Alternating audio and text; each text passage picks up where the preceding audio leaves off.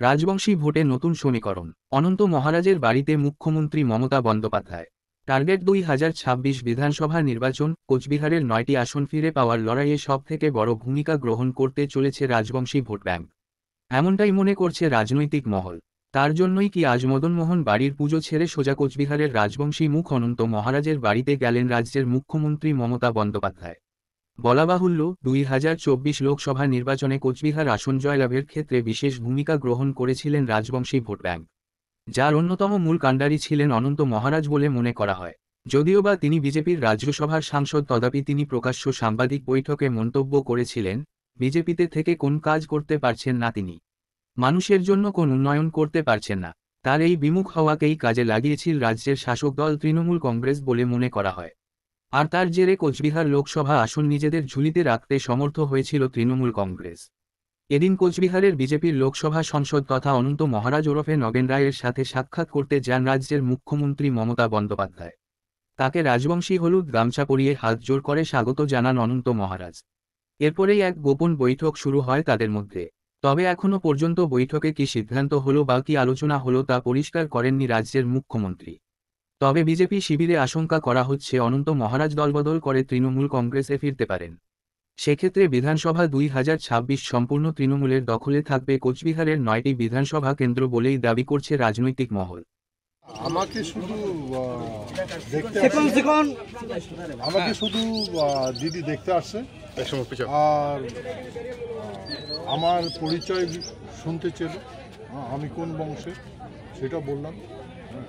আমি বললাম আমাদের বংশ আমার ওই মহারাজ নরক এবং ভবদত্ত, আমরা সেই বংশের লোক।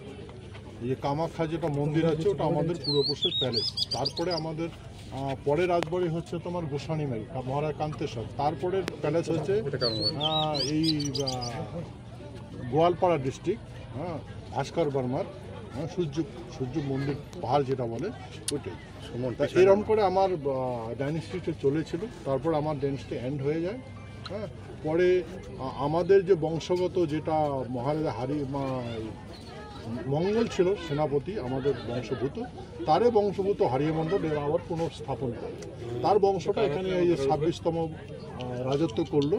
আর মহারাজা জগদ্দেবেন্দ্রনারায়ণ যখন সমাপ্ত হয়, তারপরে ওনার ভাতিজা ইন্দ্রজিতের ছেলে বিরাজেন্দ্র নারায়ণ তাই যখন প্রয়াত হয়, তারপরে 1994 সনে আমার করোনেশন হয় আমাদের ওই প্যালেজে, শনিবারি প্যালেজে। তখন তো এখানকার লোক আমাকে এই রূপে দেখে। তো সে তো আমি সেই কথা বললাম যে আমি এই বংশের থেকে আসছি। এই বর্তমানে আমার এটি। দিদির সাথে কখন যোগাযোগ হয়েছে আপনার? দিদির সাথে তো প্রথম যোগাযোগ হলো বিশ্বমহাবীর চিলারের জন্মজয়ন্তী, উনি এখানে আসছেন। আর আজকে উনি আমার বাড়িতে আসলেন। আজকে যে বৈঠকটা হলো, এই বৈঠকের যে বিষয়টা, এই বৈঠকটাকেই আপনাদের তৃণমূল থেকে যোগাযোগ করা হয়েছিল না আপনারা কথা বলেছিলেন প্রথম? না, আমি ক্লিয়ার করে বলছি, আমি না কোনো তৃণমূলের সাথে যোগাযোগ করেছি, না পশ্চিমবঙ্গের মুখ্যমন্ত্রী মমতার সঙ্গে যোগাযোগ করেছি, কারোর সঙ্গে যোগাযোগ করিনি। ইনি সৌজন্যমূলক আমার সাথে দেখা করতে আসছে। কবে এই বার্তাটা দেওয়া হয়েছিল?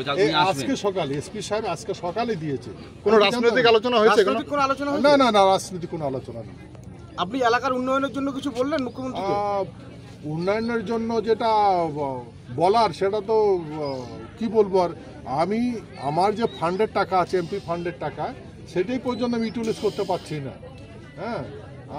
সেই বিষয়ে ডিএম সাহেবের সঙ্গে দেখা করতে গেছিলাম, দেখা করেনি।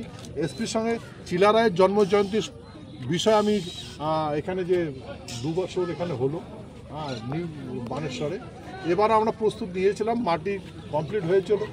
যখন দিচ্ছে না তারপরে আমি এসপির সঙ্গে গেছিলাম, আমাকে এসপির সঙ্গে দেখাই করেনি।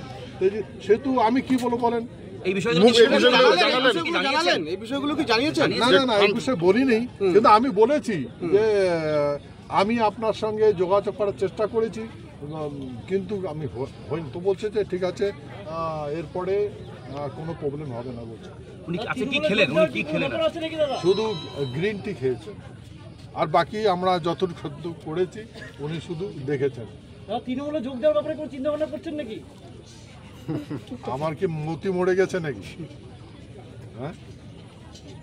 এতে এগুলো কথা আমি নট ইন্টারেস্টেড। কোনো বার্তা দিলেন কি আপনি? আমি কোনো পলিটিক্যাল দলে নেই, আপনি বুঝেন, আমি কোনো পলিটিক্যাল দলে নেই, ঠিক আছে?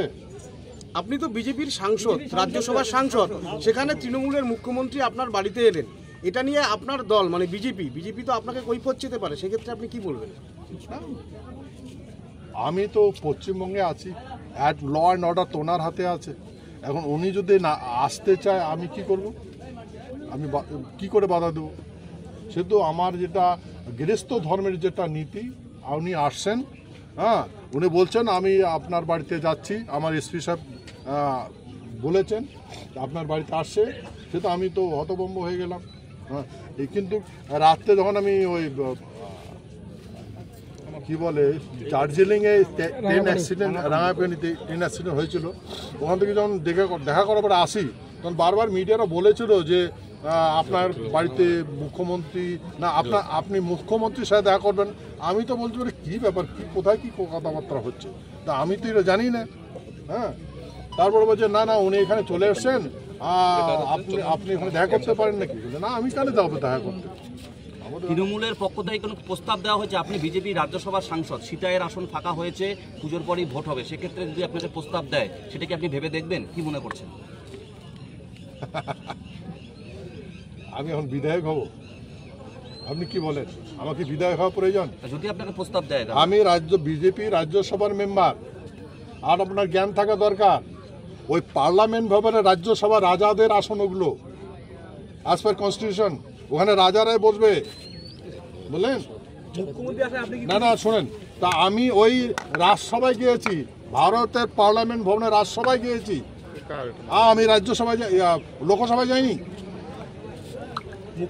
এখন আপনারা যদি বলেন আমি এমএলএ হব, আমার কি মস্তিষ্ক খারাপ হয়ে গেছে? এবারে ভোটের ফলাফল নিয়ে কোনো কথা হয়েছে? যদি তৃণমূল রাজ্যসভার সাংসদ হওয়ার ইচ্ছে দেয় তাহলে কি বিজেপি থেকে সরবেন বলে মনে করছেন? আরে ভাই, আমি তো রাজ্যসভার আছি, রাজ্যসভার মেম্বার আছি। তৃণমূলের পক্ষ থেকে রাজ্যসভা সাংসদ, এখন তো বর্তমানে বিজেপির আছেন, তৃণমূল যদি বলে যে আপনাকে তৃণমূলের তরফ থেকে সাংসদ করা হবে। তৃণমূলে কেন যাব? আমার মতি মরে গেছে নাকি তৃণমূলে যাব? আমি বিজেপির সক্রিয় সদস্য, মানে রাজ্যসভার মেম্বার, আমাকে নিয়েছে বিজেপি, হ্যাঁ, বিশ্বাসে নিয়েছে। আমি এরকম করবো? আপনার বাড়িতে এলে আপনি কি খুশি? হ্যাঁ, মুখ্যমন্ত্রী আপনার বাড়িতে এলেন, আপনি কি খুশি? একজন স্টেটের হেড অফ দ্য ডিপার্টমেন্ট আমার বাড়িতে আসছে, তো খুশি তো হবেই।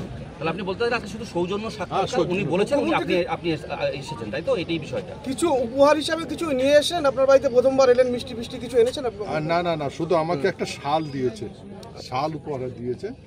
আর আমি ওনাকে দেখলেন, আমি যা দিয়েছি এখানে আপনার সামনেই দিয়েছি, আর কিছু দিই। এবারে ভোটের ফলাফল নিয়ে কি আপনাকে কৃতজ্ঞতা জানিয়েছে? না না না না, ভোটের সম্বন্ধে কোনো আলোচনা হয় ফলাফল নিয়ে কোনো কৃতজ্ঞতা? না না না না, কোনো আলোচনা হয়। আপনার বাড়ি দেখে কি বললেন মুখ্যমন্ত্রী? খুব মুগ্ধ হয়েছে, খুব মুগ্ধ হয়েছে। বলছে, উনি বলেছেন আমি এইরকম বাড়ি আমি জীবনে দেখিনি, এতটুকুই বলেছেন। অপূর্ব সুন্দর বলেছেন, খুব সুন্দর বলেছেন।